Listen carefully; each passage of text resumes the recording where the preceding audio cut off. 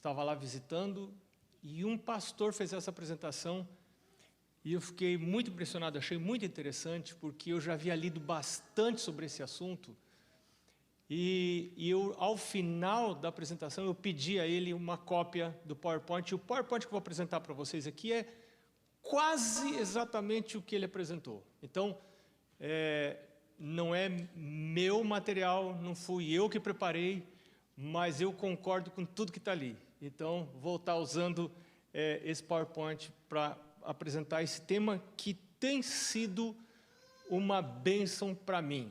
Já estão ajeitando ali. Eu tenho sido muito abençoado e tenho sido desafiado e abençoado com esse tema. E o tema é fome para viver.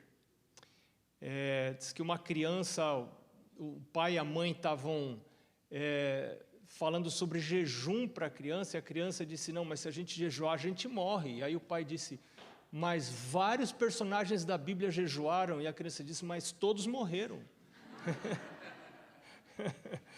Então, eu quero falar para você um pouquinho a respeito da importância do jejum para a sua vida espiritual e para a minha vida espiritual. Talvez você não precise começar isso hoje, não sei. Não quero que você se sinta culpado hoje, não estou jejuando, então eu sou pior do que os outros, não é nada disso. Mas para você pensar, considerar, orar e tomar algumas decisões importantes. Nós estamos nos ajeitando aqui, vai dar tudo certo no final, você vai ver. E se não der certo é porque não chegou no final ainda.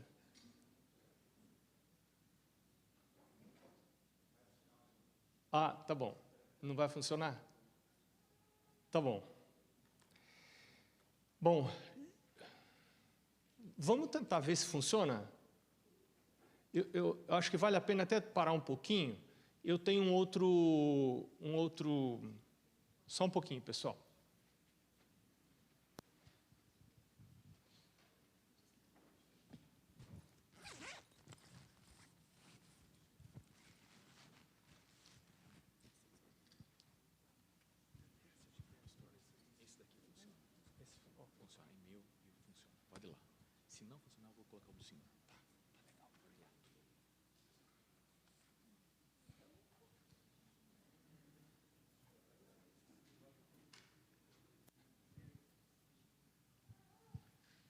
Que agora vai.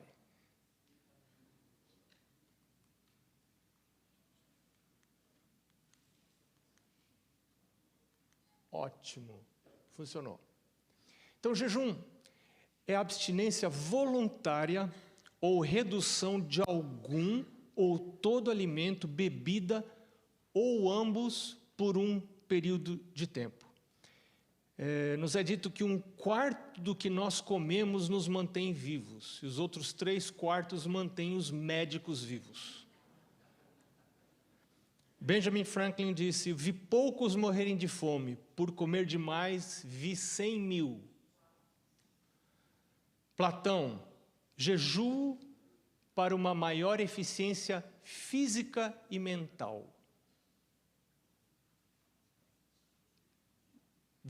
Para jejuar, você tem que ver o jejum como um benefício, não como uma privação, não como um sacrifício. Aí fica muito ruim jejuar. Paracelsus, médico da Idade Média, ele dizia, jejum é o melhor remédio, é o médico de dentro. Olha essa declaração de John Wesley. O homem que nunca jejua não está mais a caminho rumo ao céu do que o homem que nunca ora.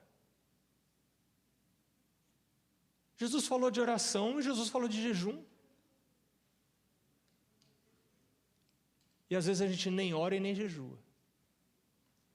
E quando ora aquela oração de dormir, né? Senhor, obrigado pelo dia, amém. Senhor, obrigado pela comida, amém. Senhor, obrigado pela noite, amém. Não temos vida de oração, e o jejum não está junto. Lutero, sobre o jejum eu digo, o correto é jejuar com frequência para subjugar e controlar o corpo. Jejum é uma guerra mental, igual corrida. Uma guerra é aqui, ó, que acontece a corrida. Jejum não é aqui, jejum é aqui, ó. Aqui que é a batalha, aqui que é a guerra. Quem que vai controlar o quê? Onde está o domínio? Lutero entendeu isso. Pois quando o estômago está cheio, ele dizia, o corpo não serve para pregar, para orar, estudar ou fazer qualquer outra coisa boa, que seja boa. Sob tais circunstâncias, a palavra de Deus não pode permanecer. Mas, adverte Lutero, não se deve jejuar com o objetivo de merecer algo, como por uma boa obra. Agora, o que disse Jesus? Mateus capítulo 6, verso 16, Jesus diz assim, quando você jejuar, não faz aparência de coitado, de triste, né? Para daí as pessoas chegarem para você, está tudo bem? Mais ou menos. Mas por quê? Estou jejuando. Nossa, que santo, né? Nossa, que santidade, que pessoa santa. Aí Jesus falou assim, se você fizer isso para parecer santo para os homens, então você já ganhou sua recompensa está aqui na terra, não está no céu. Então, a orientação de Jesus é quando você jejua, faz cara de não jejum, entendeu? Faz cara de contente, faz cara de feliz, de animado, porque você não está jejuando para botar panca de santo. Você está jejuando para obter benefícios físicos, mentais e espirituais. Você poderia dar algumas razões pelas quais jejuar? Você poderia listar aí algumas razões? Jejum causa mudanças em nós, não em Deus. Começando por mudanças físicas, que a gente vai ver daqui a pouquinho. Mas mudanças espirituais, mudanças morais. Esse cara, Yoshinori Ohsumi, em 2016 ganhou o prêmio Nobel. Ele descobriu o processo chamado autofagia, que acontece e é facilitado pelo jejum. Que é quando você jejua, as células se comem a si mesmas. E comendo as coisas ruins, as coisas nocivas.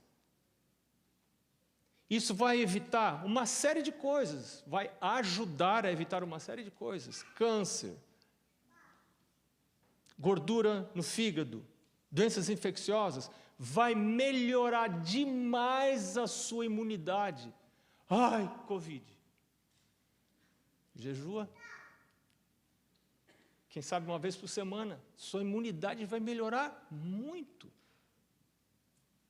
Seu sistema imunológico. Doenças neurodegenerativas vai ajudar.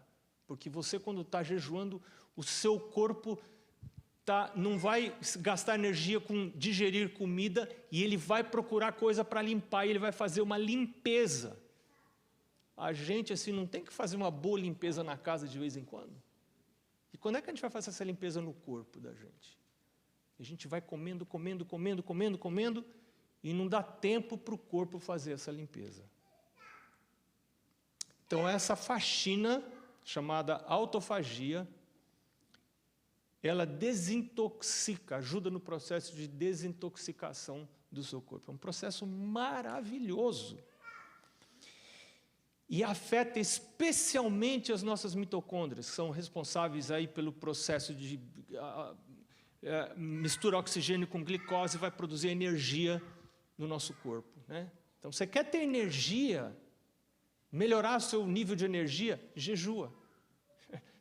A gente pensa o contrário, né? Eu vou parar de comer, eu vou morrer. É igual a criança lá, mas eu vou morrer se eu jejuar. Claro que a gente está falando aqui, eu esqueci de falar no começo, a gente está falando aqui, tendo em mente pessoas saudáveis, que não vão ter o seu problema agravado por jejuar. Então, o bom senso sempre tem que ter a primazia, né? Processo de desinflamatório, gente cheia de inflamações. Jejum é uma maravilha. Vai melhorar as sinapses, a produção, os nossos neurônios, o funcionamento dos nossos neurônios. Por isso também afeta a nossa memória, nossa percepção, sobriedade, clareza, controle. Você quer escrever um negócio, você está estudando para uma prova, experimenta jejuar, para você ver como a mente fica ágil, o pensamento fica rápido, a memória fica clara. Jejum, de novo, causa mudanças em nós, não em Deus. Nós não jejuamos para que Deus pense diferente a nosso respeito. Jejuamos para que nós pensemos diferente. O jejum é o caminho, o estômago, melhor dizendo, é o caminho para o coração do homem. Você sabe que nosso sistema digestivo é o lugar onde existem mais neurônios fora do cérebro. Você sabia disso? Tem muitos neurônios. E fazem com que o nosso intestino, por exemplo, seja chamado de o nosso segundo cérebro, de tanto neurônio que tem. E ele toma decisões independentes. O nosso intestino está tomando decisões constantemente, sem que você esteja consciente das decisões. Ele toma decisões sozinho. Você põe comida que entra no seu trato digestivo, e o seu intestino, sem você perceber isso, ele decide: isso eu vou pegar, isso eu vou largar, isso eu vou pegar, isso eu vou largar. Ele está decidindo o que é bom e o que é mal. Ele tem sensores, né, de uma sensibilidade muito grande, que percebem o que está entrando ali. Você vê lá no Brasil, tem os carros que são... Como é que a gente chama? Álcool e gasolina, né? Então, o flex, né? E tem sensores ali, mas esses sensores só percebem a combinação de dois elementos, gasolina e álcool. E a proporção e tal, o sensor consegue definir e aí ajustar a combustão para aquela proporção entre gasolina e álcool. O intestino tem sensores para milhões de variáveis de comida que entra e líquidos que entram ali, coisas muito diferentes, e ele consegue perceber o que deve ser tomado e o que deve ser deixado. E aquilo, diz Ellen White, nós vamos ver mais para frente, que afeta o estômago, afeta o cérebro. Aquilo que eu como vai afetar o jeito que eu penso. Isso é muito importante. Vai afetar minha compreensão da palavra de Deus, um estudo da palavra de Deus. Eu queria ler com você esses dois textos, Romanos, capítulo 8, versos 6 a 8, diz assim: porque o pendor da carne, diz o verso 6, dá para a morte, mas o do Espírito para a vida e paz. Por isso o pendor da carne, minha inclinação da carne, é inimizade contra Deus, pois não está sujeito à lei de Deus, nem mesmo pode estar. Portanto, os que estão na carne, as pessoas que são sensuais, quando Paulo fala estar na carne, ele quer dizer aquelas pessoas que são sensuais, que são guiadas pelos seus sentidos e não guiadas pelo Espírito de Deus. Estas não podem agradar a Deus. Isso que Paulo está dizendo. Se eu não tenho domínio próprio, se eu sou controlado pelas minhas paixões, pelas minhas inclinações, eu não posso agradar a Deus. E o jejum me ajuda nesse processo de ganhar controle sobre aquilo que descontrolado me afasta da presença de Deus.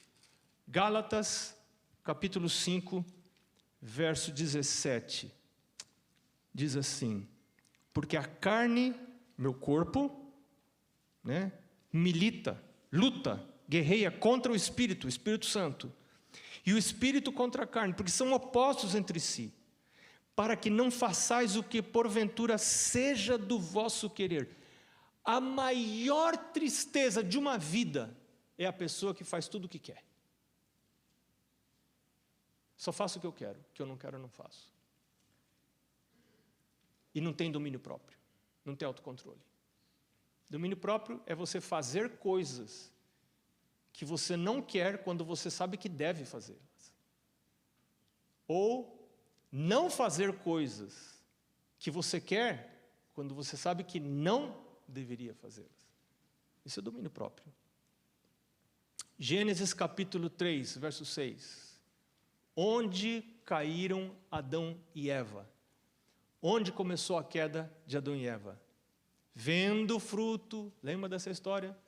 Tomou e comeu. Deus tinha dito, não vá lá.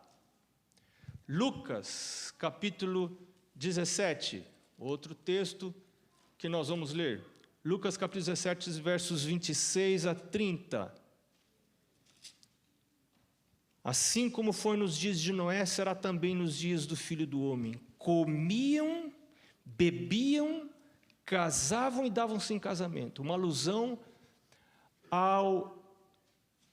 à prática desenfreada das minhas inclinações.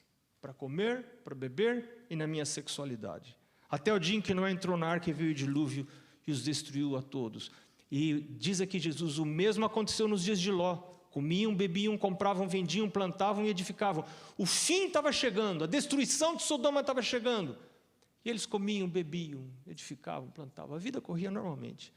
Mas no dia em que Ló saiu de Sodoma, choveu do céu fogo e enxofre e destruiu a todos. Verso 30, Jesus diz, desse jeito vai ser quando? No dia em que o Filho do Homem se manifestar. Desse jeito vai ser no dia que o Filho do Homem se manifestar. Gênesis 25, 28 a 30. Outro texto que nós vamos ler. Gênesis 25, 28 a 30. Isaac amava Esaú, porque se saboreava de sua caça. Rebeca, porém, amava Jacó. Tinha Jacó feito cozinhado, quando esmorecido viu do campo Esaú e lhe disse, peço-te que me deixes comer um pouco desse cozinhado vermelho, porque estou já caindo, estou esmorecido, não aguento mais. Então disse Jacó, verso 31, vende-me primeiro o teu direito de primogenitura. Primogenitura tem que ver com coisas espirituais, mais do que herança do pai. Bênçãos espirituais. E ele respondeu, estou a ponto de morrer, de que me aproveitará o direito de primogenitura? Se eu morrer não adianta nada ser o primogênito. Então disse Jacó, jura-me primeiro. Ele jurou e vendeu o seu direito de primogenitura a Jacó. Deu, pois, Jacó a Esaú pão e o cozinhado de lentilhas. A comida não era má, não. Não estava nada errado com a comida. O errado é quando você faz da comida uma prioridade sobre as coisas espirituais. Despreza as coisas espirituais, vantagens espirituais por causa de comida. Então a comida já está tendo sobre você um poder que não deveria ter. Uma força que não deveria ter. Daniel. Quando é que Babilônia perdeu? Daniel tem coisas interessantes, né? Daniel percebeu que era tempo de jejuar. Ele fez um jejum diferente. Ele fez um jejum de alguns tipos de comidas. Porque ele percebeu que o tempo era um tempo de crise. Tempo de crise é tempo de jejum. E ele então foi a Aspenaz e pediu uma comida especial. Mas, no mesmo livro de Daniel, você vê as condições em que ocorreram a queda de Babilônia. O que o rei estava fazendo, Belsassar. O que ele estava fazendo quando caiu Babilônia? Ele e os seus sábios e os seus príncipes estavam comendo e bebendo. As nações começam com muito sacrifício, e quando elas alcançam a prosperidade, a vida se resume em comer e beber, e então acontece a queda. Quando a vida se resume em comer e beber, as nações caem. E foi assim que aconteceu com Babilônia. Em Filipenses, que não está aqui, Paulo disse, acho que se não me engano, no capítulo 3, para muitos o Deus deles é o ventre. Se o Deus é o ventre, onde que é o templo? Os templos da gastronomia. E tem oferta? Tem. E às vezes é mais alta a oferta que se entrega nos templos da gastronomia do que a oferta que a gente entrega na casa do Senhor. Daniel, Mateus, capítulo 4. Vamos lá. Mateus, capítulo 4, versos 1 a 11. Jesus foi levado pelo Espírito ao deserto para ser tentado pelo diabo.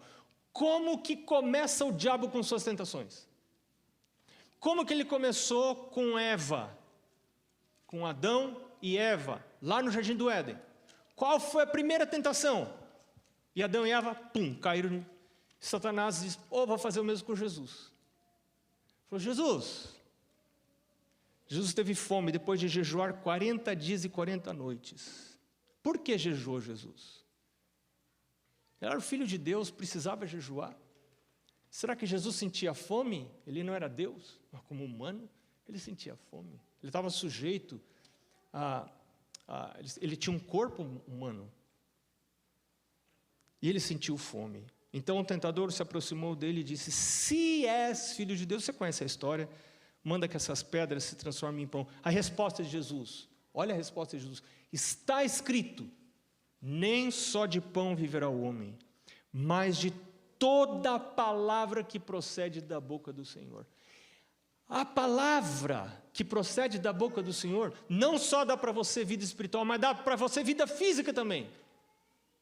Quando você jejua pela razão correta, você pode receber energia física sobrenatural, que mantém você com a cara boa, feliz, cara de contente, não aquela cara de jejum, né? Não, cara de contente, né? Cara de feliz. E Jesus falou, não é só o pão que sustenta você, a palavra que sai da boca do Senhor sustenta você. E aí você tem, e a gente vai ler agora alguns textos desse livro maravilhoso, Conselhos sobre o Regime Alimentar. Eu assim sinto tanto que eu acho que hoje, eu não tenho nada a ver com isso, mas se eu pudesse decidir alguma coisa, talvez até mudaria o título do livro, porque esse título espanta muita gente que podia ser abençoada por esse livro. As primeiras 100 páginas do livro quase não falam sobre comida, falam sobre comunhão com Deus e como hábitos físicos afetam minha comunhão com Deus. Tem gente que parece que não consegue se aproximar de Deus, tem gente que parece que não consegue vencer as tentações. Tem uma razão, e Satanás sabe disso. E a razão, na maior parte das vezes, a raiz disso está nos hábitos físicos. E um dos hábitos que mais influenciam são os hábitos alimentares, porque o nosso sistema digestivo está conectado com o nosso cérebro. Aquilo que a gente come vai influenciar tremendamente naquilo que a gente pensa. Quando eu estou assim, sentido, e às vezes é com frequência que eu sinto isso, né? Assim, parece que tudo está errado, nada está dando certo, e eu estou ruim, e tudo, a perspectiva da vida está ruim. Jejua um dia.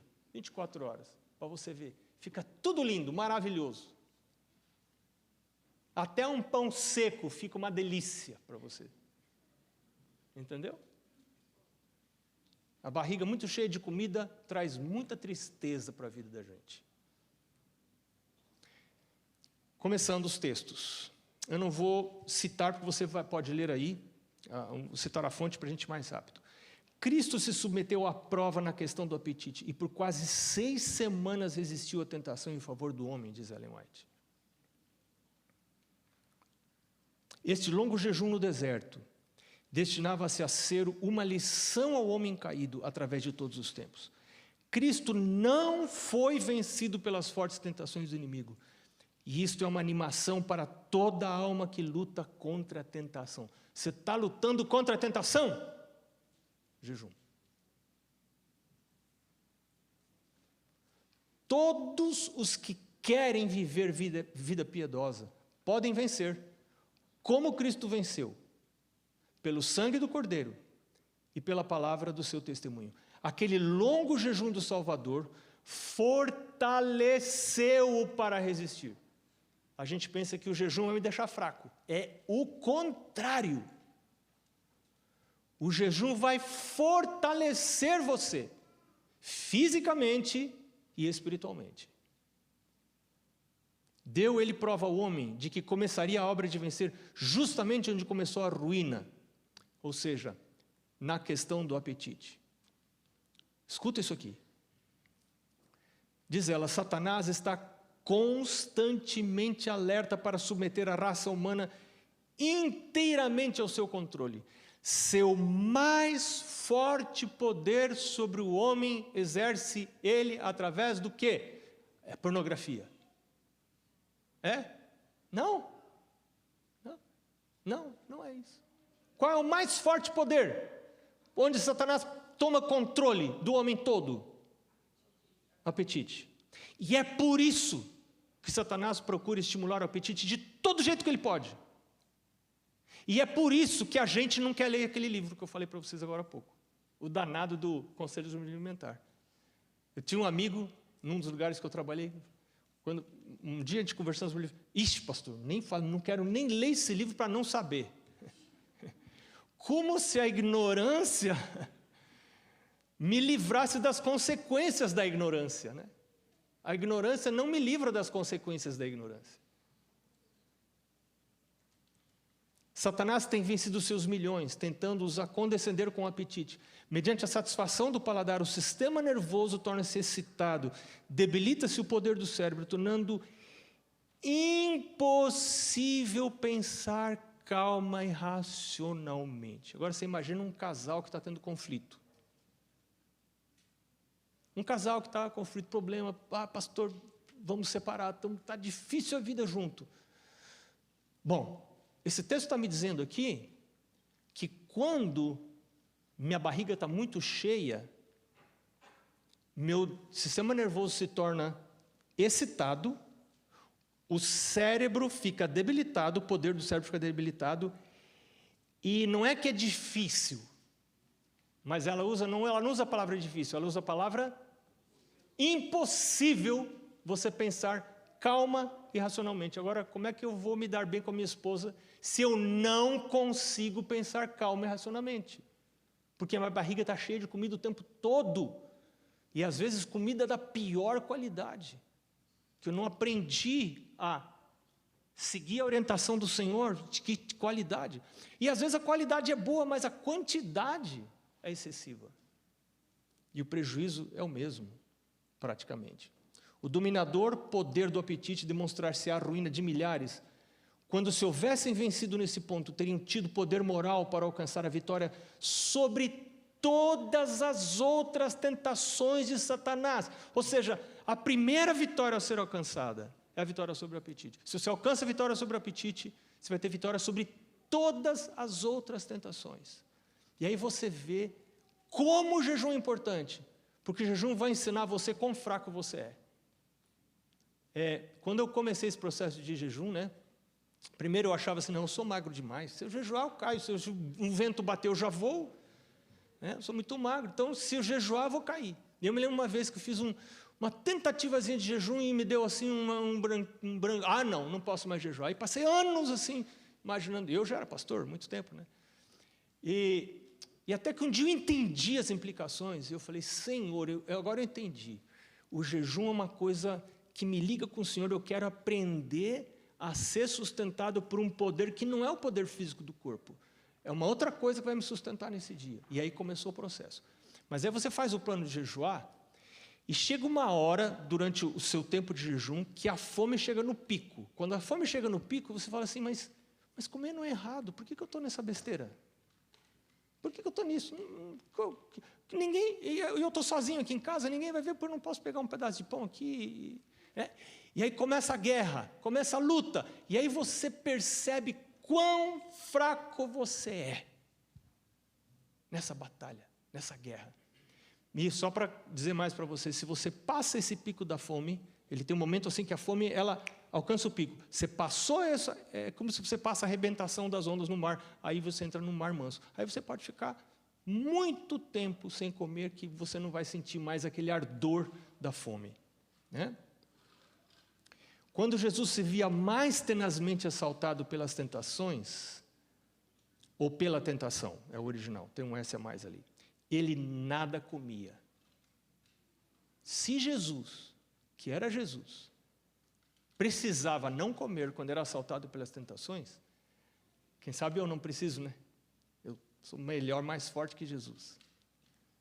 Então, por que jejuar? Será que agora você já tem algumas razões para enumerar o porquê jejuar? Talvez agora você já tenha. Mais algumas outras. Veja esses textos da palavra de Deus. Nos ajuda no processo do arrependimento. E congregaram-se em Mispa, e jejuaram aquele dia e disseram: pecamos contra o Senhor. Segundo Samuel 12:16, e buscou Davi a Deus pela criança, e jejuou Davi, entrou e passou a noite prostrado sobre a terra, no lidar com o luto e com a tristeza, e prantearam, segundo Samuel 1:12, e choraram e jejuaram até a tarde, por Saul e por Jonatas seu filho, pelo povo do Senhor e pela casa de Israel, porque tinham caído à espada. Quando você está buscando orientação da parte de Deus, Esther 4:15-16, então disse Esther a Mardoqueu: vai, ajunta todos os judeus que se acharem em Susã, e jejuai por mim, e não comais nem bebais por 3 dias, nem de dia nem de noite, eu e as minhas servas também assim jejuaremos, e assim irei ter com o rei, ainda que não seja segundo a lei, se perecer, pereci. Atos 13:2-3, e servindo eles ao Senhor e jejuando, disse o Espírito Santo: apartai-me a Barnabé e a Saulo para a obra a que os tenho chamado. Então, jejuando e orando, e pondo sobre eles as mãos, os despediram. Como era importante o jejum naquele tempo.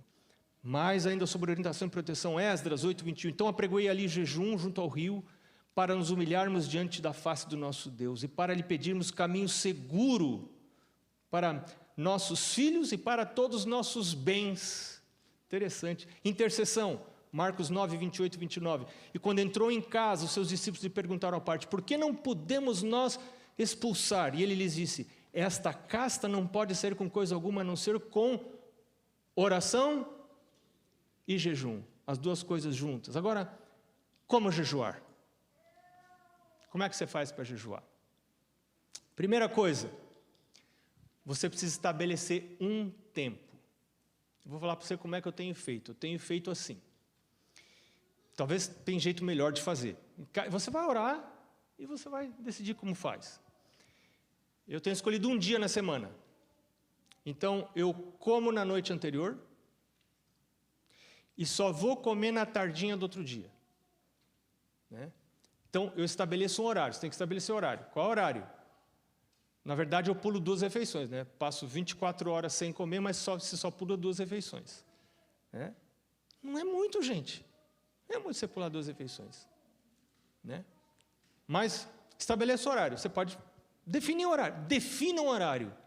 Porque se você não definir um horário, a sua mente vai ficar vacilando. Você tem que definir o horário. Tem que definir o tempo.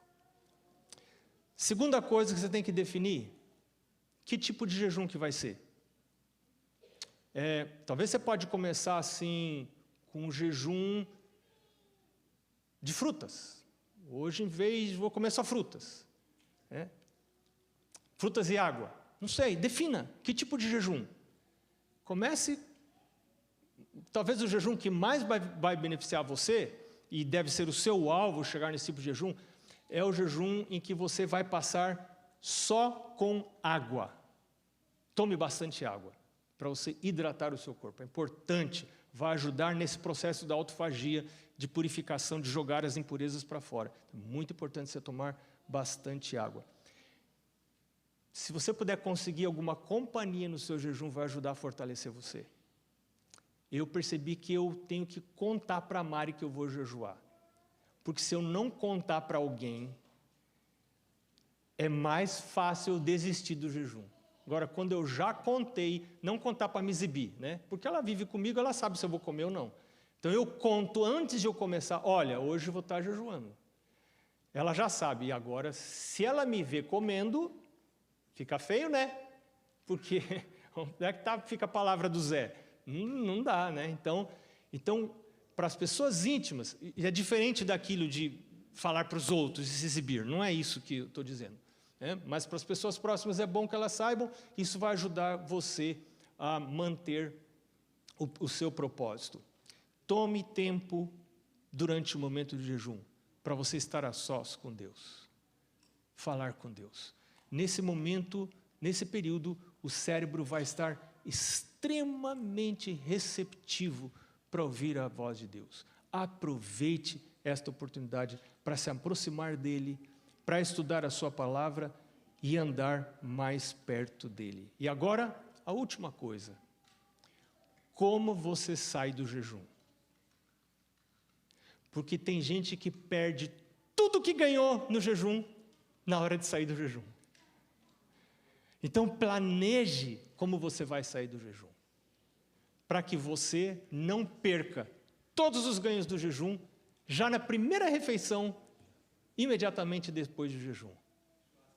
Que Deus abençoe ricamente a você e que possa ser beneficiado por esse processo, como Deus planejou que você seja beneficiado.